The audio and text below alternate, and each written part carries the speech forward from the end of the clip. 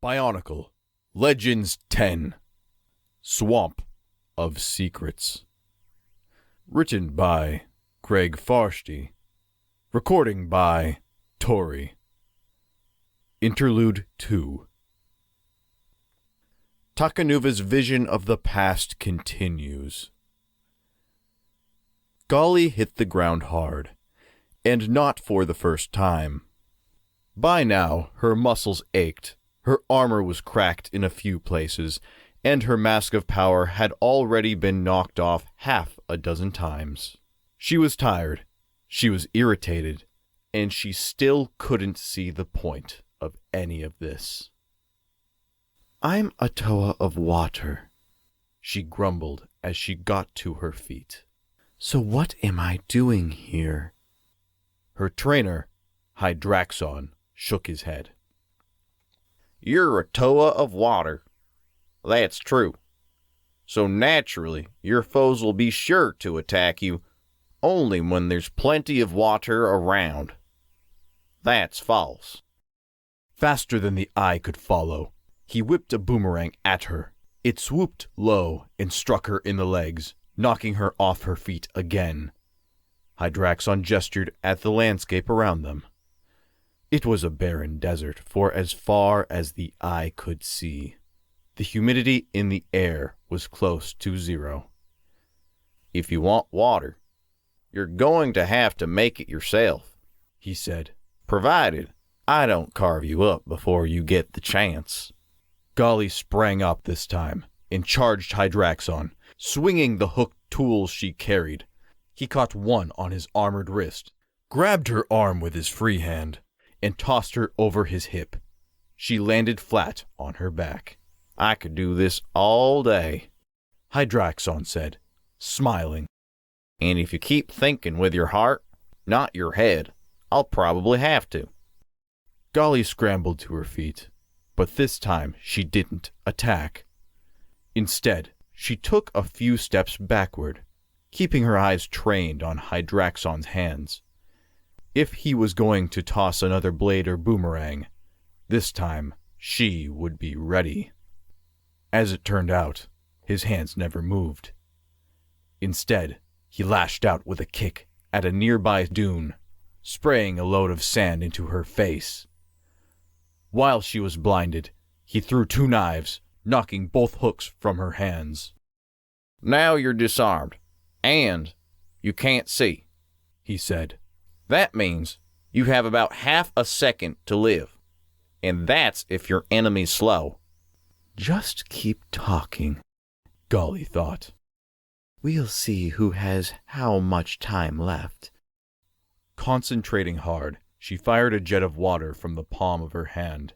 It hit Hydraxon with the force of a small explosion, knocking him to the ground. When her vision cleared, she saw him reaching for one of his weapons. She fired again, pinning him to the ground with her water blast. "Give up?" she asked. "Not even a little," Hydraxon replied. Gali heard movement behind her too late. A silver energy hound slammed into her from behind, putting her face first in the sand. With her concentration shattered, her water blast was cut off. Hydraxon got up, grabbed her by the back of the neck, and hauled her to her feet. "Meet Spinax," he said, gesturing to the four-legged beast who still eyed her warily. "After I'm done training you would-be heroes, I have a new assignment. He's coming along. For now, though, he helps me prove a point. The danger isn't always what you see. Often, it's what you don't see until it's too late."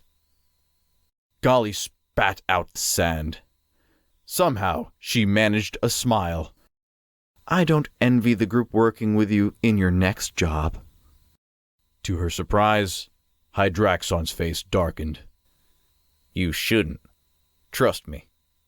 You shouldn't envy them at all." Suddenly uncomfortable, Gali tried to change the subject.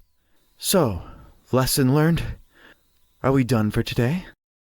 Hydraxon, who had been lost in thought, suddenly seemed to remember she was there. No. You have a 15-minute head start. Then I send Spinax after you. They say he can track a wisp of energy across a planet and back. So I suggest you start running. And what am I supposed to learn from that? Demanded Gali. It's not training for you, replied Hydraxon, smiling. It's training for him. By the time Gali made it back to the Toa's shelter, she was exhausted and sore. Mask of water breathing, she sighed. Big help when there's no water anywhere around. Pohatu laughed. I thought I'd be able to outrun the little beast with my mask, but darn thing never gives up. Ran so fast I fused some of the sand to glass, and Spinax still caught me the second I slowed down. Kopaka's the only one who passed that test. Gali turned to the Toa of ice. What did you do? Kopaka shrugged. I froze him. You didn't. He did, said Liwa. The Toa of air was floating halfway off the floor. Determined to master his mask of levitation, his feet were almost never on the ground anymore. So what happened? Asked Gali. Nothing, muttered Kopaka.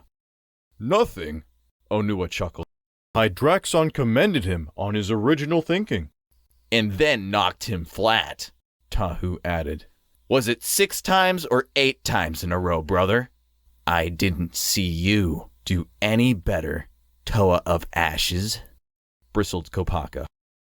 I guess a mask of shielding doesn't help much when the boomerangs keep hitting you from behind, huh, Tahu? Said Liwa. Onua glanced at Tahu and Kopaka and saw neither one was laughing. Well, we all need to do better, said the Toa of Earth. Someday, it won't be a trainer we'll be up against, but the real thing. That cannot be soon enough for me, said Kopaka. Perhaps then there will be less talking. Liwa drifted back down to the ground, landing beside Gali. Friendly sort, isn't he? He whispered. He's a loner, but one who's smart enough to know he can't succeed alone, Gali replied. It makes him angry, but he tries to keep it all frozen inside. While Tahu keeps fanning the flames between them, like he's trying to prove something, said Liwa. Maybe we better stick together, sister. Those two could get us killed. End of Interlude 2.